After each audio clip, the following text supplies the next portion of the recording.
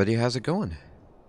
Dr. Incompetent here, and let's play some Amazing Cultivation Simulator. Doing more work on this tutorial, just letting it wash over us and give us guidance in this deep but fascinating game. I really can't wait to play it, and I've thought about just diving in and skipping this, but then it wouldn't do justice to the game, and I'd have to come back and do it anyway. So let's just grind all this out to figure out the game and then start playing this masterpiece. And I say masterpiece even though I haven't played it, but it looks cool. So in this tutorial, we're going to learn how to interact with other sects and trade with them. Seems important. So, build relations with other sects. So we're going to visit Mr. Shu. Well, let's visit him. We open the world map, and oh, huh. All right, that was a funny typo. It says visit Mr. Shu up here, so I was like, there must be some emissary that I'm going to meet, somebody named Mr. Shu. And then it's like, no, Mount Shu. Anyway, whatever. Oh, no, no, it is. Anyway, I was going to say, oh, no, maybe this is. No, they have an old lady as their leader. Let's visit. And so we're visiting Mount Shu. The player needs to give the sect a meeting gift to complete the visit. So take a gift. So please plan a trade area beforehand and select an appropriate trading item. More contents will only be unlocked after the visit is completed. Huh. So we have to have a trading area with some stuff on it. And then from that stuff, we can select a gift. Okay. Let's give him some sheet music. I guess. Sure. That's nice. Have some music. What do you think? Is this the rarest item you can offer? Gosh, you guys are poor. Man, she just roasted us for our gift. I mean, I don't like you, Mount Shu. You're a bunch of turkeys. You're not going to get any more music from me. Click to close the world map. Build Lotus Temple's senior disciple... Blue Lotus Temple's senior disciple has consumed a large amount of lifespan due to tasks in the mortal realm and is facing the end of their life. Well, this is what happens. If you do tasks in the mortal realm, it's gonna take some time away from your life. Yeah, I got to figure out how to do tasks in the not mortal realm. I'm working on that. I'm not even an outer disciple. I'm like a laborer. An elixir is needed to prolong their life, but there's none in the sect right now. Uh-oh. So we're going to lose this person to the ravages of time unless we can get the medicine. So let's go ahead and click the world map, and it says, once a sect request has been triggered, a question mark will show above the expand button, which means the player can offer help to another sect and gain connections. Oh, so somebody's looking for something. So let's expand this and see, look, somebody from their place, their life is fading. Send a gift. My life is fading. Here, the sect's quest item needed by the other sect. The player needs to place the prepared item into trade area to give it to them. So wait a minute. So you're going to poo-poo all over my musical gift, and now you're about to die, and you need something from me? I mean, whatever. I'll turn the better cheek here, you know, but I have a high mind to just keep my elixir.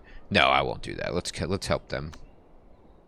All right, let's give them the life pill. We got 8 of them. Hello, want to trade? Yeah, I'll give you a life pill. I see that you need one. Confirm. We completed a task for Blue Lotus Temple. Their elder expressed their gratitude and became more connected with us. Great, this solved our pressing need. Boy, they didn't really express their gratitude at all. They said great. And they acknowledged that it solved their problem, but I don't see a thank you of any kind right here. So they're a tough nut to crack. Okay. Confirm. Maybe if we became really good friends, she would be more friendly. There are many ways to gain connections with another sect which affect future trade with the sect. Generally, trading with a sect will benefit from more connections with it. Makes perfect sense. How to trade with other sects. So we're going to click on them. We're going to click trade. Makes sense. And then this is what they have to trade. Player can see what items are tradable here. An item shown in red means the connection with the other sect are too low to trade this type of item. So they're like, no, you can't have our sprout pills. Okay, I'll keep your sprout pills. Click on the item menu to zoom or minimize or maximize. Alright, the player can click and zoom to see more tradable item types like renting artifacts and asking for help from disciples with golden core. Hey, could we rent your artifact? Alright. Click the item menu to zoom. Select red ginseng. Yeah, let's get some. The finest of ginseng with a crimson red color. Yeah, can we have it? And then click blood talisman from our items. So, paper made from beast blood that can be turned into talisman. So, this is paper that's been made from blood. That's terrific. And this item is practical, but we do not need it. I'll buy it at this price. I don't see a price. Let's just see attempt trade. And she says, no way. So let's offer another one. Yes, we can make this deal. So we'll trade 2 of our blood paper for their red ginseng and say confirm. Hope to trade with you again. Me too. During sect trade, the player can use attempt trade to estimate the value of the other sect's item, which helps to purchase the item at an appropriate price. Terrific. Alright, in the next tutorial we're going to learn how to enter a location and begin exploration. Seems important. Let's figure this out. Alright.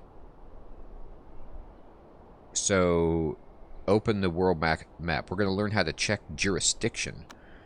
Alright. So, click on Mount Nalumbo. Alright, Nalumbo, what you got? Here shows the jurisdiction of the current location. If a location belongs to a power, disciples need to gain access from this power to go on adventure or camping there. So it says owned by Evenfall Abode. Alright. And then let's trade with them. And let's say, can we get access? So you can trade for access. Access can be purchased in advance to freely enter all the locations belong to the sect, which helps the player explore the other locations of the sect. Now let's get access, and let's do an earth flux.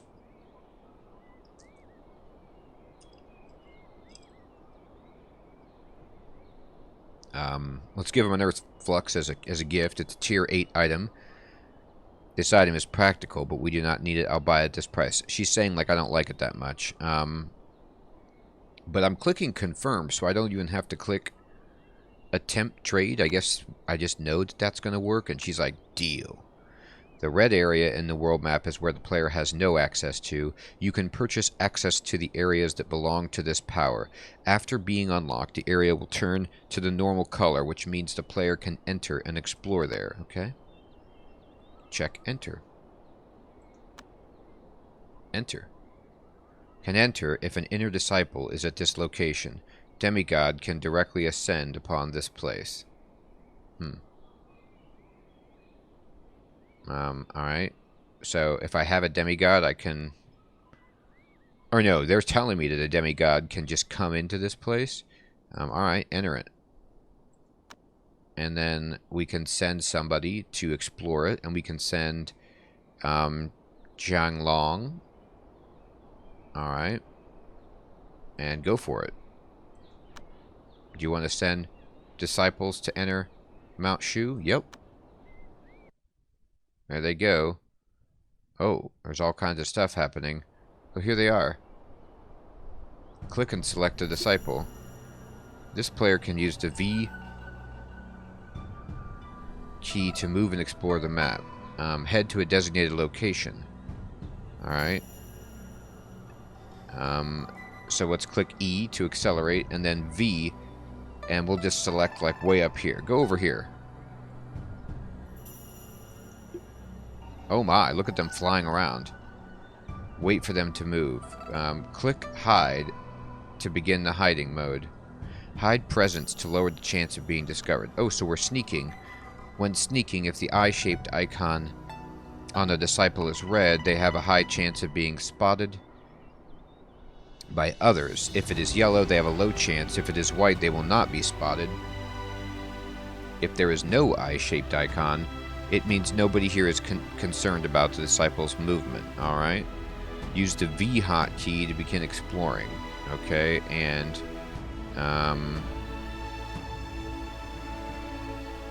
I'll just move over here. Wait for them to move. The chance of being spotted is very much associated with a disciple's constitution and perception, and is also influenced by the distance and difference in state between the disciple and the other character. Okay. Interesting. Please remember that not all maps are safe. In some maps, there will be enemy targets or powers. There's also items and buildings in the map to interact with during exploration, which can be used to find out more contents. However, collecting an item of another sect while sneaking will have serious consequences if the disciple is spotted. So be careful when stealing. Makes sense. Click collect and begin collecting. Alright, we're going to collect this, like, sword or whatever. Get it. We have the white eye, so we can't be detected. Items collected by the player will be shown in this menu, and each disciple can carry 6 kinds of items at most. Interesting. The player can discard unneeded items by clicking the corresponding button in the item menu. Collected items will be obtained once the disciple safely returns to the sect. Alright, so let's keep exploring, and I guess we're just going to peace out. We're just going to be like, get out of here, take your sword, and go. We're going to stop hiding, and the player can click leave to leave the current map and return to the sect, but the disciple needs to be safe first. They cannot leave the map if they are in battle. If the disciple's life is threatened, they will also be forced to leave. Alright? Leave. There are various other locations in the game, but the basic method of exploration is the same. Please be careful exploring the other maps and pay attention to the hidden dangers and opportunities. Okay. Next, we're going to learn basic battle systems. Wow. Alright, so now we're going to learn how to fight.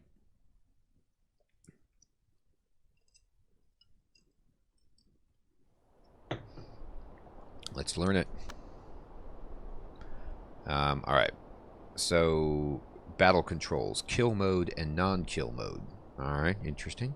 We're going to select this inner disciple, and we're going to check defeat mode in the left of the status menu. Choose a target to attack. Right-click to change mode. Alright. Check the defense mode. Turn on to automatically attack enemies that attack you. Okay. Why would that not be on? And then check the flee mode. Leave the fight and attempt to flee. Okay. These are the most common modes of controls during battle. Of course, there are other modes waiting for the player to explore in the game. Interesting. Select multiple people to attack.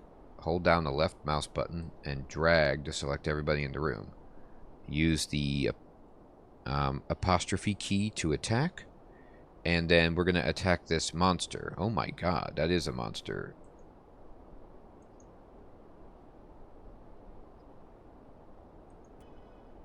And we'll use V to move. And we're going to say move here. Alright, so I don't even know what's going on. They're moving, but who's attacking? The player can use move and attack at the same time to draw out the battle, and sometimes it can even turn the tide. Okay, I don't know what that means. So, this disciple is injured, and say run away. And then we're going to use the V key to run them away, and we're going to choose a safer place in the sect, like right there. The player can use flee to make injured disciples leave the battle and retreat to a safer place to ensure that no one dies. I love the arrows everywhere. This is so ridiculous. Okay. Select an inner disciple not in battle. Okay. Let's tell him to attack. And then attack the monster.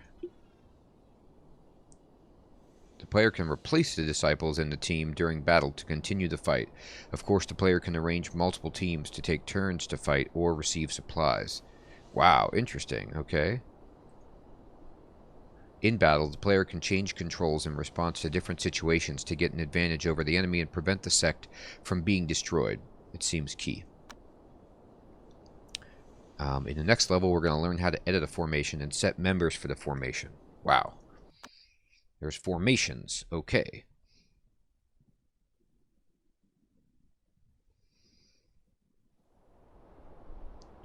Let's learn how to do formations. Create a new formation. Once a formation, auxiliary, or pillar is obtained through any other method in the game, the player can create or check the formation here. Alright, so let's click on this, and then we have a tutorial formation.